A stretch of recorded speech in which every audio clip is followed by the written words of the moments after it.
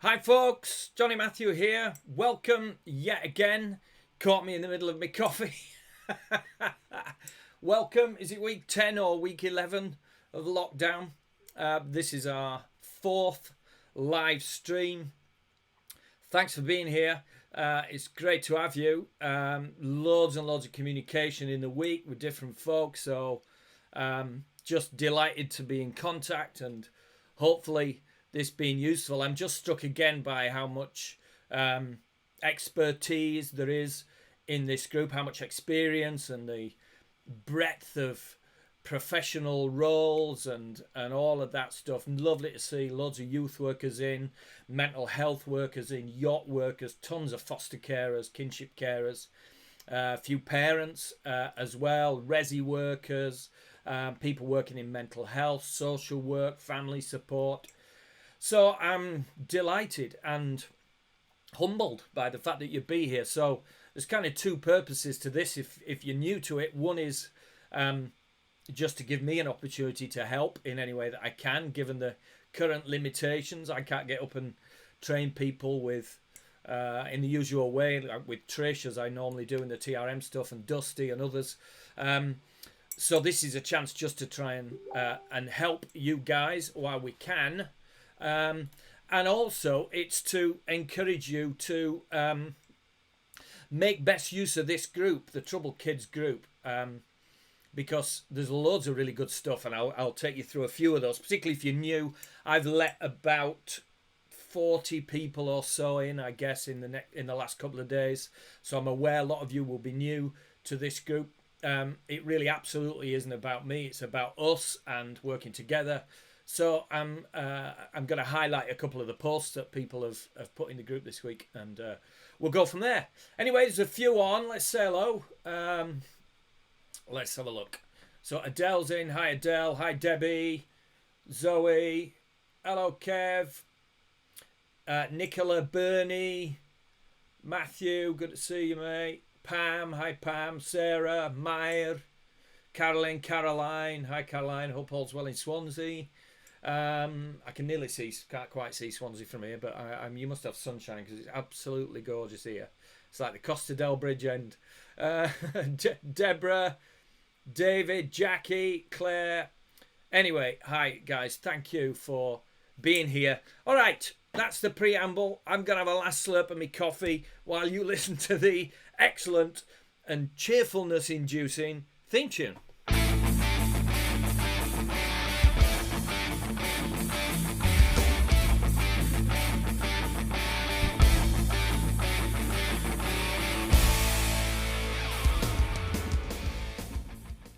Well, there we go. Never ever fails to cheer me up, that. So welcome folks, it's great to have you here. Just a couple of reminders, questions, thoughts, comments, stick them in the comments because I've got them on screen in front of me. So I'm kind of trying to keep half an eye on those as I can. So please get stuck in. If you're watching this on YouTube, please subscribe so that we can make sure you know when things are coming, and also to feed in, because even though you may not be able to join us live and you're watching the replay, I'd really appreciate your input if there's anything I can help with or resources I can point you to, and also you guys can interact with each other, so get stuck in there. Just to say at the end, I'm going to be giving away another book. This time it's my little book. So the lights are in the way there. There we go. Looking after number 1, self-care for people working with troubled children. It's a really little short read little book, but I'm going to give that away. And I'm probably going to give a couple of those away in the next couple of weeks as we run up to the launch of the self-care course that I've been working on for like 2 months. Something ridiculous. So stay on for the book giveaway. I'm going to do that right at the end, just before we finish. Congrats to Gaynor. Hi, Gaynor Rosier, who won the book giveaway last week. I've given away my Harry the Hound book, and despite Neil Davis's best efforts, my Harry the Hound t-shirt hasn't arrived yet, but when it does, I'll be wearing it, so it should absolutely be here for next week. So I'll definitely wear it then. So we're giving away a copy of that little book later in the programme.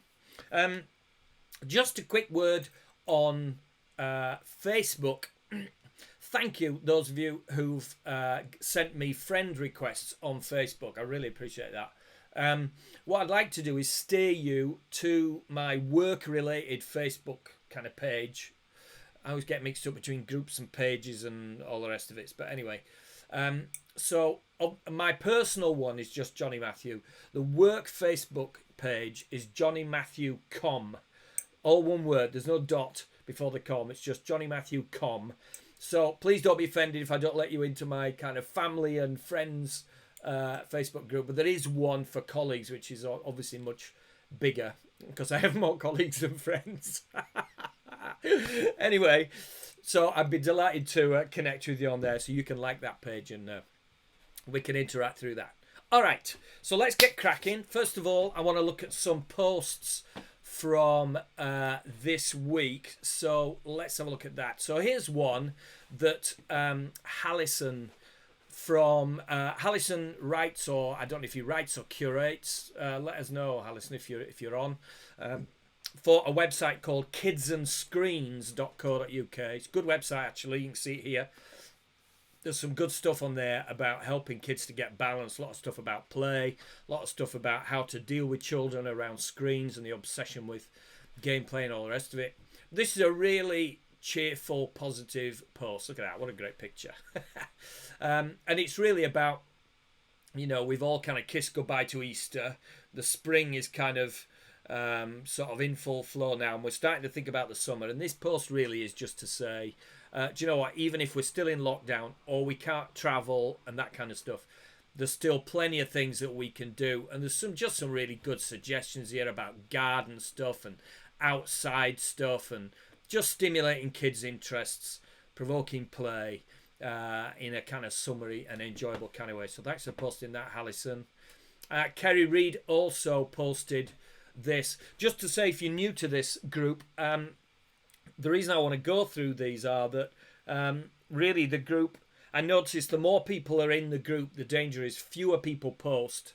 And if you're waiting for me, you might wait a long time. The whole point of it was that it's a community. So if you know stuff, please put it in. That's why I want to highlight what these guys have posted. So Kerry Reid, thank you, Kerry, for posting this. This is a blog post from a blog site called We Need to Talk About Children's Mental Health. And this blog post it's a conversation really between a clinical psychologist and a parent of a child. And it's talking about mental health services. And I know a few of you, a lot of you actually, particularly over the last couple of years, have raised issues about access to mental health services. So I wanted to highlight this because it's a refreshing conversation, really. Two people coming at it from different sides, but seeing it the same way, that it's about the children, it's about access, it's about collaboration. So that's a really positive post. But I also wanted to hop on because this is a really good blog. And I really suggest, if you can, just to follow it. Just click the notifications button up in this top right-hand corner. Or join the mailing list or whatever. If you've got a WordPress site yourself, you can follow on WordPress as well. But this is written by Dr. Liz Gregory, whom I know a little bit personally, but much more professionally, and I cannot recommend Liz's stuff highly enough. There's some brilliant stuff on here. She just really, in a very measured, sensible and intelligent way, sounds off about all kinds of issues in relation to providing services and help for children in relation to mental health, like here, getting through lockdown together with teenagers, tips to share with children to help them cope with lockdown. That's very practical. And then there's other stuff. Sorry, I'm just getting a call. I just need to... Sorry, Dusty, if you're on. I can't pick up at the minute. There's some really good stuff here. First 5 minutes of a child's school day. But there's also things about services. And Liz has got a real macro. She's a senior clinical psychologist in South East Wales. She also chairs one of the children and young people together or Together for Children and Young People. I think it's the early years and early support work stream. She chairs that. So Liz absolutely knows her stuff. So dive on there. Thanks, Kerry, for reminding me about that. That's a really good one. And Emma Haskell's been, like the rest of us, rocking the Netflix during during lockdown. And she recommended this documentary on Netflix called Cracked Up, the Daryl Hammond story. Now, Emma does say it's quite a hard watch. This guy suffers, well, all kinds of stuff. Let's just call it abuse, serially and badly. And it's about how that impacts on him now, and how some of the ways that he's learned to deal with that.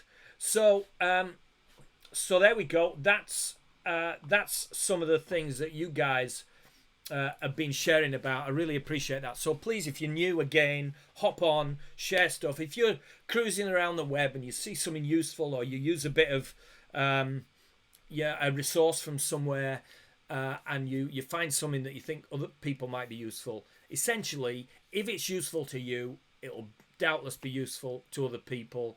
There's 1,200 plus people on this page now, so I have no doubt there'll be other people who benefit. So please just post it. If there's stuff that's inappropriate and stuff, I'll just strip it off.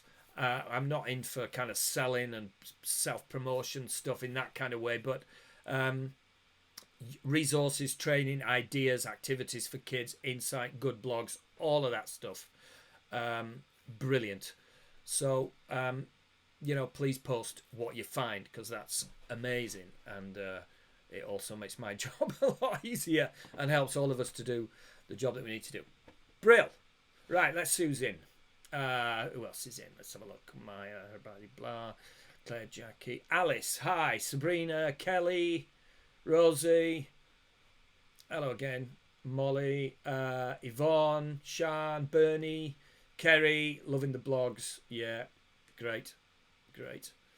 Yeah, she's very good, Liz. Really, really like her stuff, Liz Gregory. I've lost the volume. What have I done? I don't know. I really don't know. Nobody else is saying they have, so I'm just not touching anything this end. Zoe just saying she watched the Cracked Up documentary last night. It's a very interesting watch. Thanks for recommending. Lovely. Well done. Thanks for posting that, Zoe. All right, let's get into some questions then, shall we? So, a few bits and bobs here. Just as always, the disclaimer: if you're posting questions, don't use kids' names. Try and keep it non-identifiable, so that we're not exposing kids and their confidentiality unnecessarily. We don't want to do that. Obviously, we don't want to do it at all. I want to keep them safe, but as well, if you can post stuff in a way that's not identifiable, that's great. I will give my opinion in answer to questions. That's all it is. It's just my view. It's a small man Yorkshire social worky, criminology, therapy view of the world. That's what it is. So it's absolutely not exhaustive. It doesn't replace professional help. So get that if you need to. They're just pointers. Just my opinion. But anyway, hopefully at least it'll provoke some discussion. And it might even be helpful. You never know. So I'm just gonna press on. All right, here we go. So Halt. Now, this person's name is Halt H. Rea, as in Chris Rea, R-E-A. So, I don't know whether to call you Halt or Rea, but anyway, I'm going to call you Halt. Sorry if that's not right. Anyway, let me know, because I'd really like to get that right, because I know you post a lot and I'm liking it, so let me know. So the question is this: we've noticed that children seem to be more settled in the residential homes and being in quarantine than when they have to attend school and education. Why do you think this is, and how can we carry this through to them returning back to education? So how can we follow it through when they return into education? This is such a great question, Halt, and it's one that's coming up a lot. I'm finding this a lot in dialogue with foster carers. Obviously, you guys are working in a resi setting. It's also been interesting in custodial environment. There's an element of this come out as well, and I'm sure those of you who are parents on here or kinship carers on here will have noticed some of this as well. That there is a subgroup of children for whom lockdown seems to have been a blessing, really.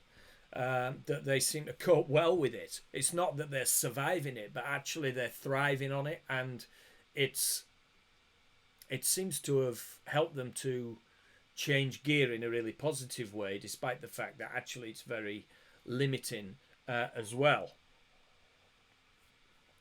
To help us see this, I'm going to take you back to the TRM, just to say with any of this stuff, this link, jonnymatthew.com toolkit, you can find that you can download the TRM there, but any of my stuff and that is on there, and TRM stuff. There's also another link, trmacademy.com stuff. That's perhaps the most Yorkshire link on the internet, trmacademy.com /stuff. But there you can download the model, the TRM. So I'm going to show you this because I think this is a really good question from Holt about kids who are doing okay in lockdown and actually better than we thought they were, better than they were before. So how do we keep that going when they move through? And I want to draw your attention to the TRM, particularly if you see this triangle. Remember, the stuff in the triangle here is the children and how they are experiencing the world currently. And the stuff on the right are their underlying needs, if you like.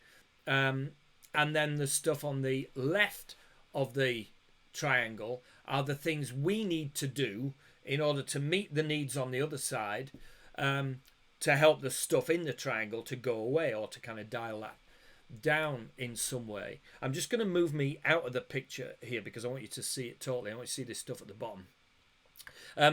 Before I do, we can also see this triangle as a general kind of developmental trajectory.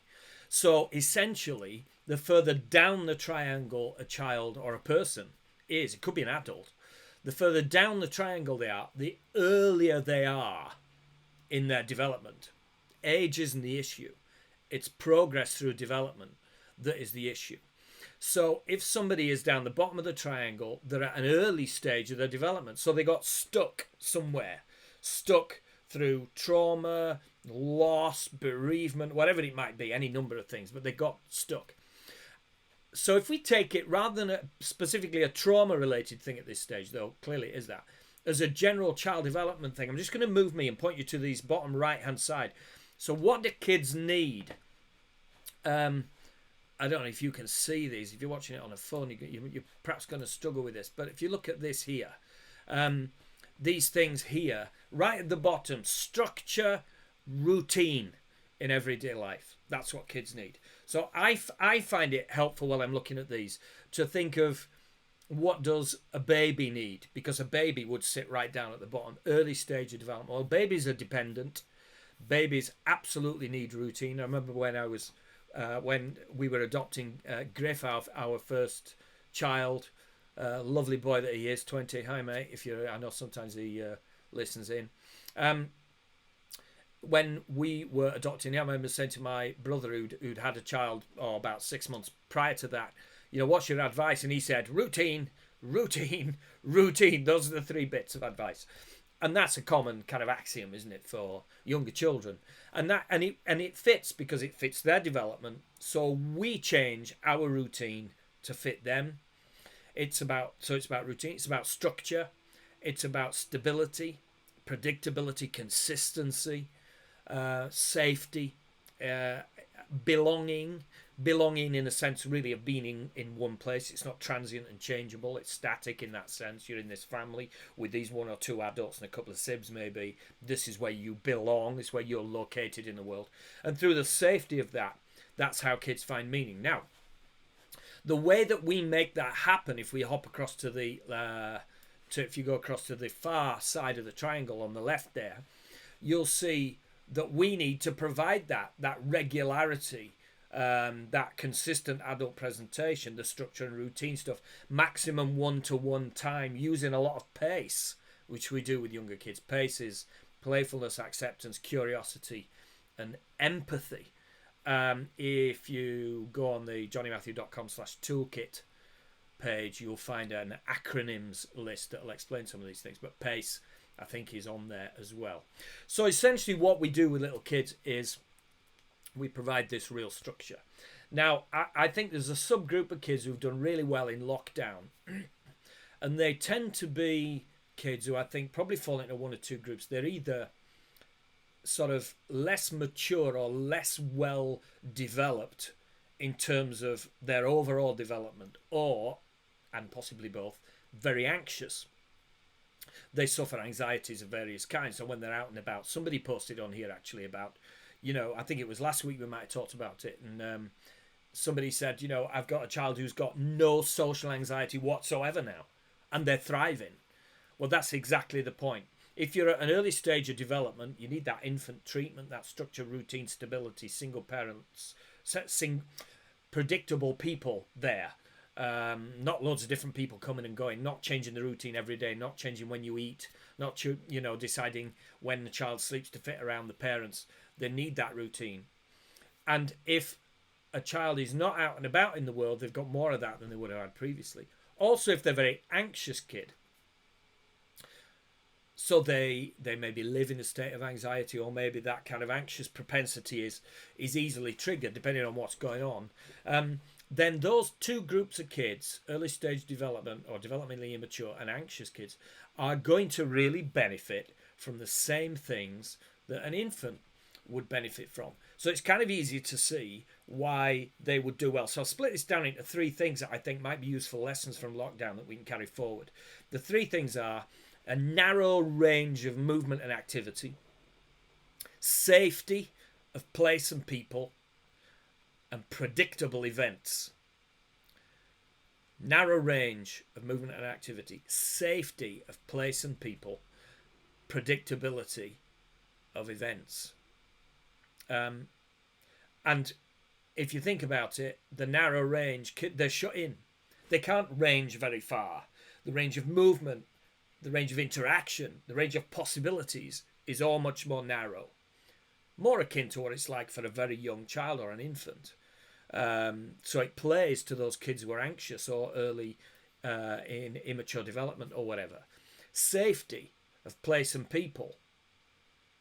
In lockdown, that's predictable all the time. People are not coming and going. I mean, even the postman knocks the door, leaves the package by the door, and then walks to the end of the drive or the other side of the pavement, so that we can check what it is and he can check we're in. So even the people who visit from outside and never come in, they're at a distance. There's no coming and going. There isn't. Nobody pops in. We don't get those unpredictable traffic of people to and for. The place doesn't change. I'm in the same place. I don't have to go to several different places each day.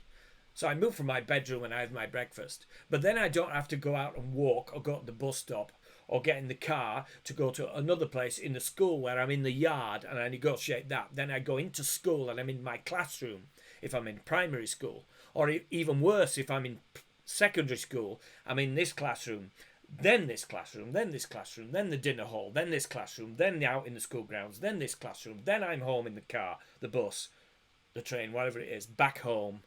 And then I'm out after tea to go into my club or to church or the sports event or whatever it might be. These changes, these movements of people and place for children who are anxious or in early stage development are a massive challenge. And lockdown deals with that. So that's narrow range of movement activity. Safety of place and people is key. And then thirdly, predictability of events. We kind of know how it's going to go because we're going to be in the same place all day, home. Then, there's not a great deal that's going to change.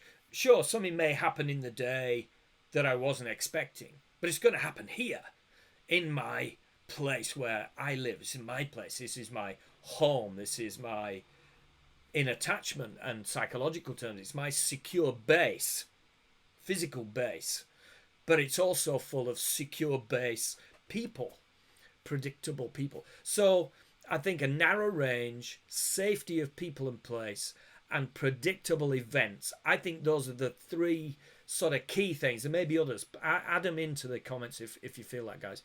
I think these are really key. And I guess the question for us in The post-lockdown and planning for post-lockdown is how do we keep that going when we return to whatever the new normal is going to be. And I think one of the ways is how we return to the new normal is really slowly. We mentioned that last week. Right, couple of quick comments. Harry's on. Hi, Harry. Tammy's on. Debbie, Mandy, Lynn. Hello again, Lynn. It's on the website. Oh. Halt. Replying to Tammy saying it's on the website. It's really big. She means the poster. Hiya, Bernie. Thank you. She agrees. Narrow range predictability, safe place and people. Yeah, totally. So there we go. I'd love to get into that a bit more, but I'm sure we'll come back to it. So thanks for that, guys. Catherine asked a question. This is about attachment. I feel like I'm talking really quick, but I've got a gazillion things I want to say, and an hour suddenly doesn't seem long enough. So Catherine, hi Catherine Samuel, thank you for the question. Said, when a child with severe attachment issues climbs all over you every time you sit down, how do you push them off without pushing them off? Absolutely, that's a great question. Yeah. How do you push them off without pushing them off? Brilliant. Okay, I mean, this is a really, really great question. I think there's a principle here, and I'm sure you know this, but there's a principle here about what we might refer to as attention-seeking behaviour. Let me show you a quick thing that some of you will have seen. This is one of my kind of Trouble Kids quotes that I put out there. Trish and I say this a lot on the TRM training, and other people. It's my spin on things that lots of other people have said before. But most so-called attention-seeking behaviour is actually attachment-seeking behaviour. And I think your question, Catherine, kind of cuts to the heart of this in a way that it's really about behaviour happening for a reason, I guess. And with the kind of kids that we all are passionate about and are seeking to help, that's all the more the case. Stuff's happened, which also, it's not just normal child development behaviour, normal behaviour for their stage of development. There's a whole other layer, and sometimes multiple complex layers of other things: adversity and abuse and neglect and maltreatment and poverty and discrimination, all the rest of it. So I think the key thing here is that if behaviour happens for a reason, I haven't forgotten your child climbing on you. We'll come to that in a minute, Catherine. If behaviour happens for a reason, then there's a key question. And I think this is a really key question. It's one of the things that I always try and keep in my mind if I'm assessing, intervention planning, or actually dealing with a situation, a young child or young person. And it's this: what does the child gain through this behaviour? Or you might say, what does this behaviour achieve for the child? If we can answer that question, what does the child gain from this behaviour? Then there's a simple task. And that's the answer to another question. How can I give the child that positive in a positive way? How can I make sure that they get what they need in another way? So let's take an angry child. I don't know if you guys have come across Lisa Ferenz. Lisa came up with a little kind of protocol model axiom. It spells out the word C.A.R.E.S.S, C-A-R-E-S-S, in capitals normally, with a dot between each one. And it stands for the C-A of C.A.R.E.S S, communicate alternatively, R-E, release endorphins, S-S, self-soothe. So, for example, if we've got a child who is angry, chucking stuff, hitting other kids, whatever it might be, the communicate alternatively would be, okay, this anger is communication. So let's teach the child to communicate differently. Let's give them the angry cushion to pummel that instead, or a pillow, or a punch bag, or whatever it might be, or take them outside into a space and get them to shout, or whatever it might be. To communicate in a way that's not damaging for other people. There's a kind of venting thing. Communicate alternatively. The second thing, the R-E, so communicate alternatively, R-E is to release endorphins. So this is the idea that behaviour that's agitated, frustrated, angry, depressed, withdrawn can often be it's toxic chemically. It's about cortisol and that kind of stuff. So it's how do we teach kids to balance that chemically within, to do things that help the body to release balancing chemicals, the release of endorphins. So for this child, it might be we take them outside and we get them to run around, or we say, let's have a race up the stairs. First person to get to the top of the stairs, 3, 2, 1, go! And you run up the stairs to get kids moving, do star jumps, whatever it might be. The release of endorphins through activity of that kind balances the cortisol in such a way to make it chemically more calming for kids. So they've communicated what they're feeling in an alternative, non-damaging way. They've now released endorphins to bring some chemical balance to their physiology. And then the third one, the S.S, is the self-soothe. So we teach kids to self-soothe. We don't leave them in a buzzy cortisol endorphin seesaw state. They communicate it, get it out of their system. Then they move, they release the endorphins. Now we need to teach them to self-soothe to come back to normal again. Deep breathing, mindfulness, snuggling under a blanket, sitting cutched up reading a story, could be any number of things. And that 3-stage process is a way we can teach children to begin to learn to cope.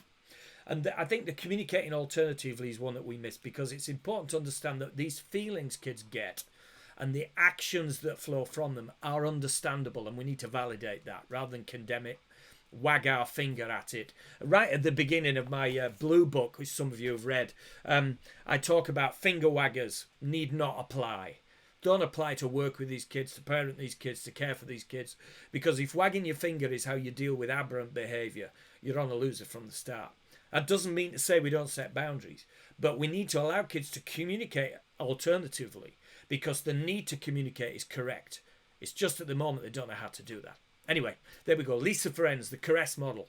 I like it. Maybe I'll put something together for next week you can download about that, or I'll find something you can download. If anybody's got anything, let me know and put it on the group, because that'd be great. So for your child, Catherine, what's the gain from climbing on you? Is the key question, I think. Is it safety or proximity, closeness, physical warmth? So the question then is, how can we induce that in a safe way? How can we get the sense of safety without them needing to be on you? I don't know how old this child is, but I get the sense from the question that maybe they're at an age where it's less appropriate to be climbing on you. If there's a 2-year-old, you'd expect that. But that's part of the answer. The answer is, if it's 2-year-old behaviour, we need a 2-year-old response to it. And we'd be teaching 2-year-olds, even at that age, about appropriate touch in a way that's, don't grab that, grab this. You know, you can put your hand there but not there, or whatever. And we do that. So we might need to do that. But it's how we give them the same sense of safety, the same sense of proximity, the same sense of physical warmth and belonging that he or she needs, whether it's through safer touch, a weighted blanket, sitting alongside, I don't know, something like that. It's gentle correction, really key, but steering it into something alternative. Maybe it's fear, I don't know, maybe there's the fearfulness that's causing that scrabble to be on you. So I guess the thing then is, let's find out what they are frightened about, or what's causing that agitation, because if we can remove that, protect from that, teach kids to protect themselves from that, teach them to self-talk positively. It's going to be okay, this is fine, I don't need to be frightened of this is just a silly thing, everybody feels like this sometimes, but it'll be okay in a minute. Teaching kids self-talk, that kind of stuff, and teaching them to self-soothe, as we've just talked about in the C.A.R.E.S.S model just now. Maybe it's that you've been absent for a while, that he or she's climbing all over you because they delighted you back, they didn't much like it when you weren't there. So maybe it's a bit of that. So maybe there's a way of staying in touch if you if you're popping out, can you send them a text? If you're in another room doing something, can you pop in just occasionally just to check in with them, give them a thumbs up, ruffle their hair, go back out again? If you're away for a bit or out for a couple of hours, can you phone call and just say, hello love, just ringing to check in, how you doing, what's going on? Can you use transitionary objects that we used last week? I've got to nip out for a couple of hours now, can you just look after my pen for me, or just look after this little key ring, or give the child a photograph of you if they're a relative and that's appropriate, so that they've got something of you when you go, and then when you come back you can touch base with them around that object. Where's that pen that I asked you to look after? Oh, thank you very much for looking after that, how are you doing? And have a natter. It's a connection with you even though you're not there to be connected with directly. So there's a number of things you can do. What's the function of the behaviour? How can we alleviate that in a way that's more productive and teaches the child how to respond in a positive way? I just think as an overarching thing with this, gentleness, persistent correction is the key, but gentle and persistent correction. Just to show, I'm just going to show you something else on the Mac a minute now, because there's a little, if I can find it, there's a little, oh, it's in a tab, here we go, let me show you this a minute. This is on the toolkit page. Go to jonnymatthew.com/toolkit. You can find this. It's an attachment summary table. And I just wanted to point this out to you. I can't highlight it on here, but if you look at this, these are the different attachment styles down the left hand side in red, secure at the top, and then ambivalent, avoidant and disorganized. And these two middle ones probably the ones we're more concerned about, particularly this one here, this. Now, again, I don't want to get too hung up in attachment styles, but there's some learning in this, I think. So when we look at this insecure, ambivalent attachment, what we're finding here is there's an anxiety at the heart of their sense or lack of a sense of security. So they can be preoccupied, quite coercive, dependent, resistant sometimes.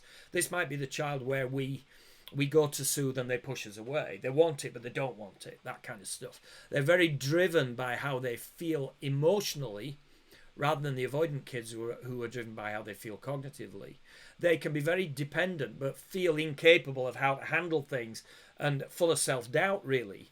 And the kind of behaviour we get are these things at the end here: needy, clinging, resistant, possibly angry even. And it just, if I don't know, this table came to mind when I read your question, Catherine, and I wondered if there's some of that going on. And the way to handle that is some of the things that we've talked about. So as I've said, you can download that on the toolkit page. It's right at the top of the page. You'll see it just above the acronyms one that we did a couple of weeks back.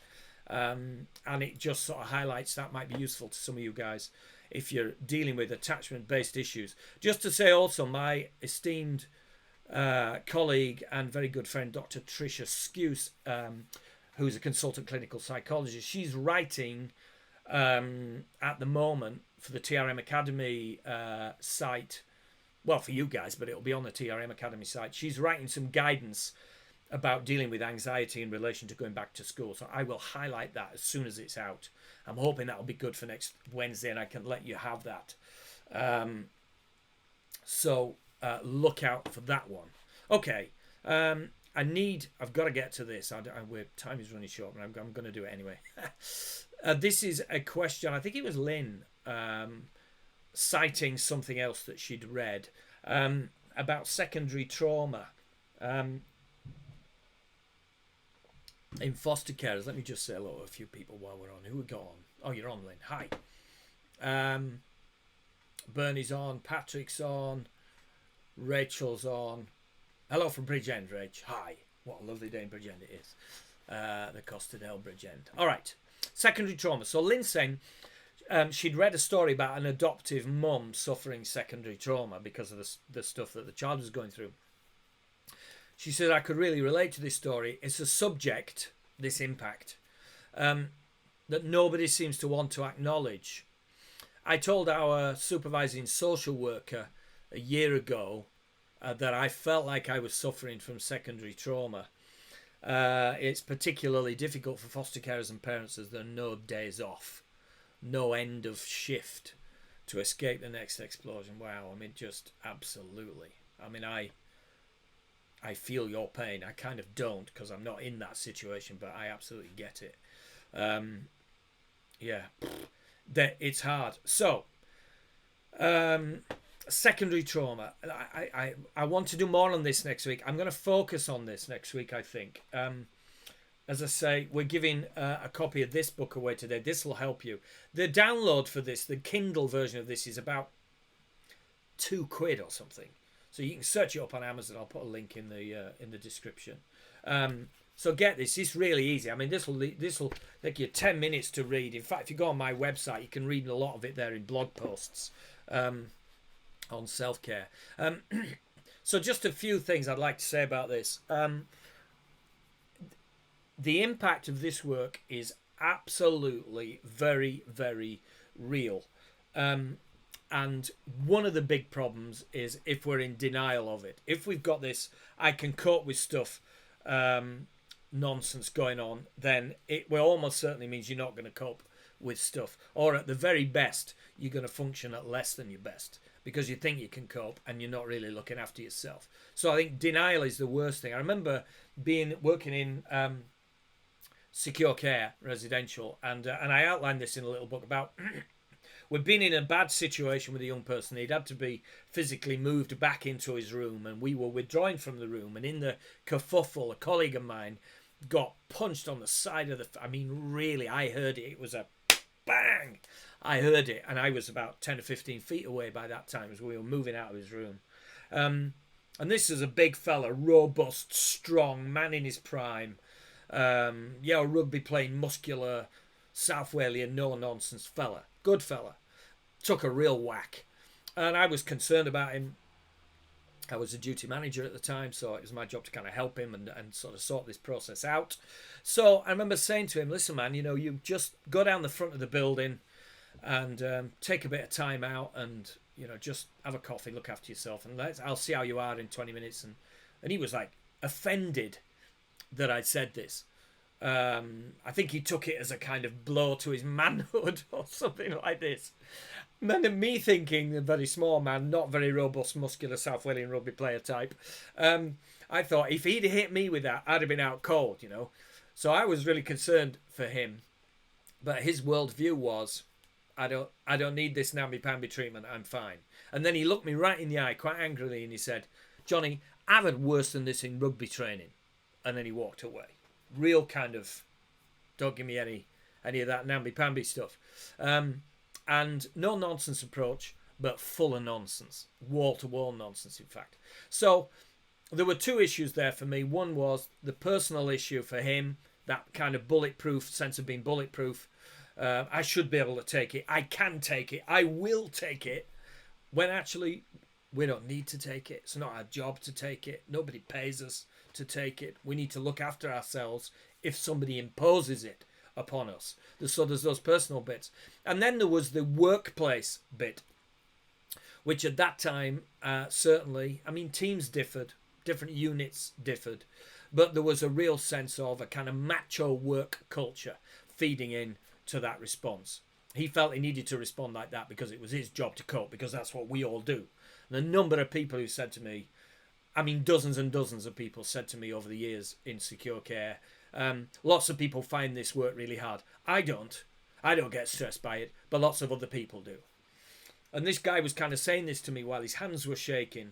He had a red welt on the side of his face. And I thought, this is a failure of us as an agency and of him and his understanding of what he needs to work well. So I think the answer to secondary trauma, as I think it was Lynn who raised, and other stuff, is that we need to very deliberately do something about our self-care. Self-care is not a kind of hippie-esque, inward-looking, self-centered, postmodern, I am God kind of view of the world. It's the opposite of that, actually. We get up and we exist and we are motivated to help other people. People who very often don't say thank you. People who are highly like you to smack you in the face or tell you to F off. but we get up to help them anyway. It's kind of people we are. This is not about being self-centered and selfish. This is about realizing this crux basic issue that I can't possibly be on the top of my game helping other people if I'm not on the top of my game meeting my own needs. I need to be full of fuel before I get in this race. I need to be fit and well fed before I get in this race. I need to have fallback positions and contingency options because I know this place is a difficult thing to work in and these people are difficult folk to work with. So I need all of that in place. So what we need is a robust, well thought through self-care plan. I haven't got time to talk about. I'm going to talk about more of that next week in more detail. But I think it is really important to actively and deliberately do it. If you don't deliberately look to your self-care, then you won't do it. You don't accidentally look after yourself or incidentally meet your own needs. Karen, my gorgeous other half, has just popped up to the farm shop up the road. She said, they're open, I'm going to go up. So she's gone up. She won't let me go because I'm not allowed out. But she's gone up to get fruit because we've run out of fruit. And I said to her this morning, I said, I need fruit. I haven't had fruit for a couple of days. We've had loads of veg. I need fruit. And she's gone up to get, she's a real fruit monster. So she's gone up to get fruit. Now, I just know that's one of the things. I need a balanced diet. And so I kind of keep an eye on that. I also need a significant mountain of chocolate wherever possible. The fruit is to balance the fruit. If the chocolate is cortisol, the fruit are the endorphins. So I'm trying to find balance. But do you know what I mean? Be deliberate. Are you getting enough sleep? When did you last have a long weekend or a day off? Are you taking the respite option that should be there for you and that your agency, if you're a foster carer, has a duty to provide for you? If you're a kinship carer, are you wangling things so you get a few hours or a day or a weekend on your own now and again to help you refuel? You need it and need to push for it. So, as I say, I'm hopefully going to do some more of this next week. I just want to share this with you. This is the course that I've been working on, and I'll take you through a bit of this next week just to show you, because this is really important. And sorry about the grim mugshot in the middle there, but you get the sense of it. It's an online course, looking after number one. That's going live on the 1st of June, and it'll be available massively 50% discounted for 14 days. So you'll be able to see that. So I'll take you through that when we're a bit more ready. Dusty and I are frantically trying to get the final things uploaded and ready for that, but that's just to point you in that direction. Okay, this quick comment break, and then we will get into a website, and then we'll do the book giveaway, and we're done. Debbie, hi Bernie, Harry again, just found a good one pager on that, brilliant. So Harry Coleman, thank you Harry, has added to the group page. I think I'm assuming it's on the C.A.R.E.S.S model, at least a Ferenz model, so download that, guys, have a look at it. It's so simple and useful. I was reading about that this morning. I'll tell you about that in a minute, where I got it from, because I want to recommend a book for you. Can I mention an organisation I work with which has done loads on secondary trauma? Of course you can, Deb. Yeah, put it in. Mandy, do you think there may be a chance to do the TRM training online? Yes, we're working on it. We've had so many inquiries in this country and overseas that ironically we spent so much time travelling doing the training that we haven't had the time to put it online. But we are working on that now, and will be over the next few weeks. So it'll come eventually, but it won't be for a couple of months, maybe 3 months at least, Mandy, I'm sorry to say. But we're hoping to have a taster, a kind of one-day intro thing online before that, so that then people can lead in if they want to buy it for their agency for the longer course. Deb, I do yoga every morning before the children get up. I also make sure I get time outside for myself. Your own well-being is key. Absolutely. Oh my word, yes. Bang on the money. I was watching a Bessel van der Kolk video yesterday. I don't know if you know Bessel. He's brilliant. Works in the Boston Medical School. He runs the Children's Trauma and Research Centre there. Fantastic. His book, The Body Keeps the Score, outstanding on child trauma. Swim in the deep end, you have to read most of the pages twice to I do, to get your head around them. But he's a real believer. Now, he's a psychiatrist, one of the top researchers on the planet into child trauma and the impact on development and treating it, and he's massively into yoga and mindfulness. So if a psychiatrist, a clinician at the top of his game is saying yoga and mindfulness are good for this, to help kids recover, then they're also going to help us to stabilize. I know Harry's a yoga monster, and lots of people into mindfulness as well. Ruby Wax wrote a really nice little book on mindfulness I think it's called Mindfulness for the Frazzled. I did write a review on that on the website, but I think it got lost when I changed my web provider. Anyway, so that's good stuff. All right, brilliant. So lastly, I want to recommend a website for you. So, well, it's more a person than a website. Well, it is a website. So here we go. This website is TRC -uk.org. TRC-uk.org. Or if you search Trauma Recovery Centre. Trauma Recovery Centre. And so this is real. This principally is a place that offers therapy and training. But there's some stuff on the website here. Be ACE and complex trauma aware. So this is one of their clicks under what you can do. Be ACE and complex trauma aware here, and that takes you to this page. And there's some interesting stuff in here. What is complex trauma? I like this continuum. They talk a lot about the trauma continuum. So you got single incident trauma here, then you got multiple traumas, and then multiple pervasive traumas from an early age. What in kind of mental health ICD-11 terms would be complex PTSD, and maybe I need to add that to the acronym list. But I like that because it doesn't see trauma as a singular, easy to define thing. It recognizes the complexity of it. But there's some good stuff in here. There's some good links. There's a nice little video about children looking at the triune brain, the three brain areas that are involved in life, but particularly in traumagenic presentation. And there's some lovely links at the bottom here. There's a sexual abuse fact sheet, complex trauma overview, introduction to neuroscience. I love that stuff. So you can have a look at that. But I wanted to raise it because at the heart of the Trauma Recovery Centre is somebody called Betsy de Thierry. She's an extremely experienced psychotherapist. She's been around, incredible experience for a very long time. And there's a couple of books that she's written. I've already put the links to these books in the group feed underneath. So there's one called A Simple Guide. I don't know if you guys can see that. Is it a bit... there you go. A Simple Guide to Child Trauma, what it is and how to help. And then there's another one, which I think, because we've been talking a lot about returning to school. I know there's a number of teachers on here. I know Andrea Stimpson, who won the book a couple of weeks back, is on here, and some of her colleagues. And this is another book of Betsy de Thierry, called Teaching the Child on the Trauma Continuum. You can get all, obviously, as I say, I've put the links in the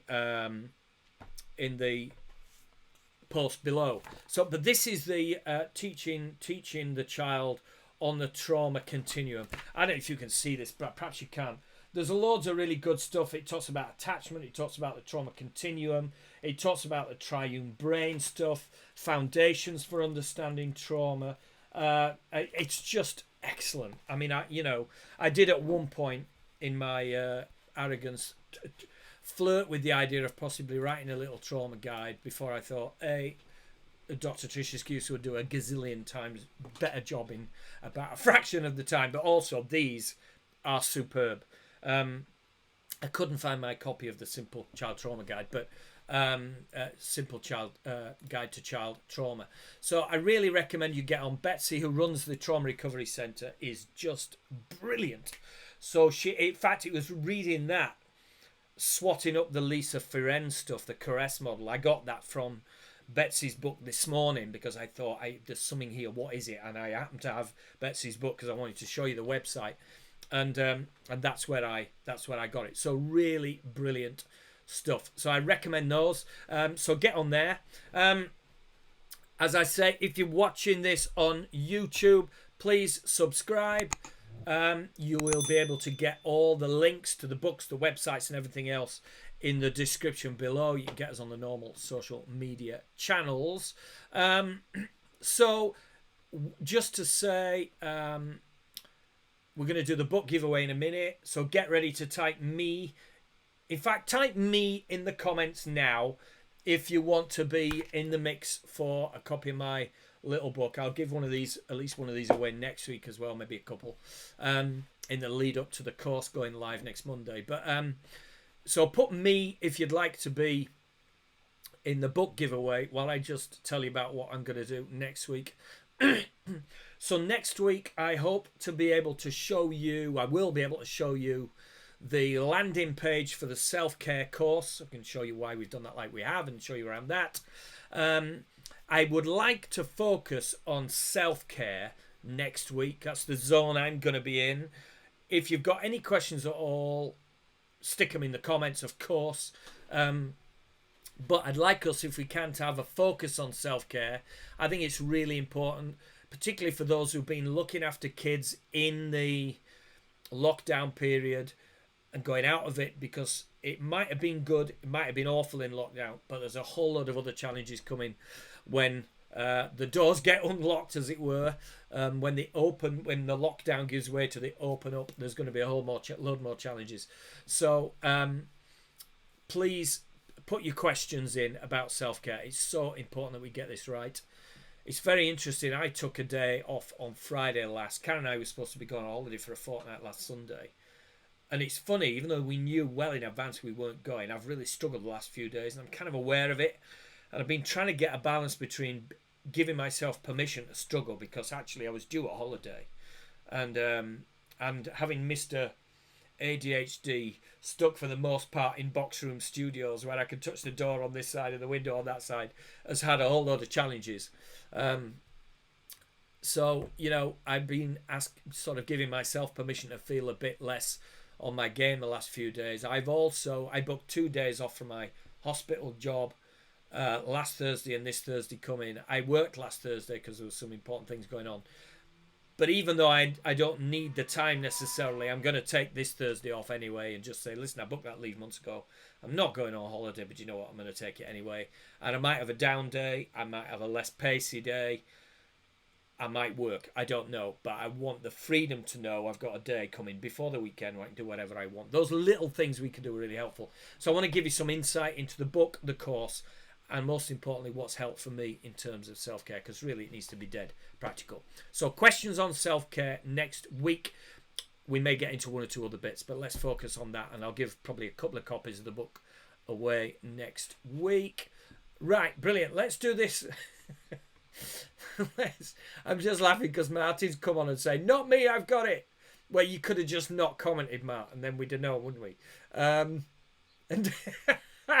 David Hughes saying, me, I would love that. See, the extra 4 words don't get you more favours, see, mate. But thank you. I'm grateful. I'm sure you would love it.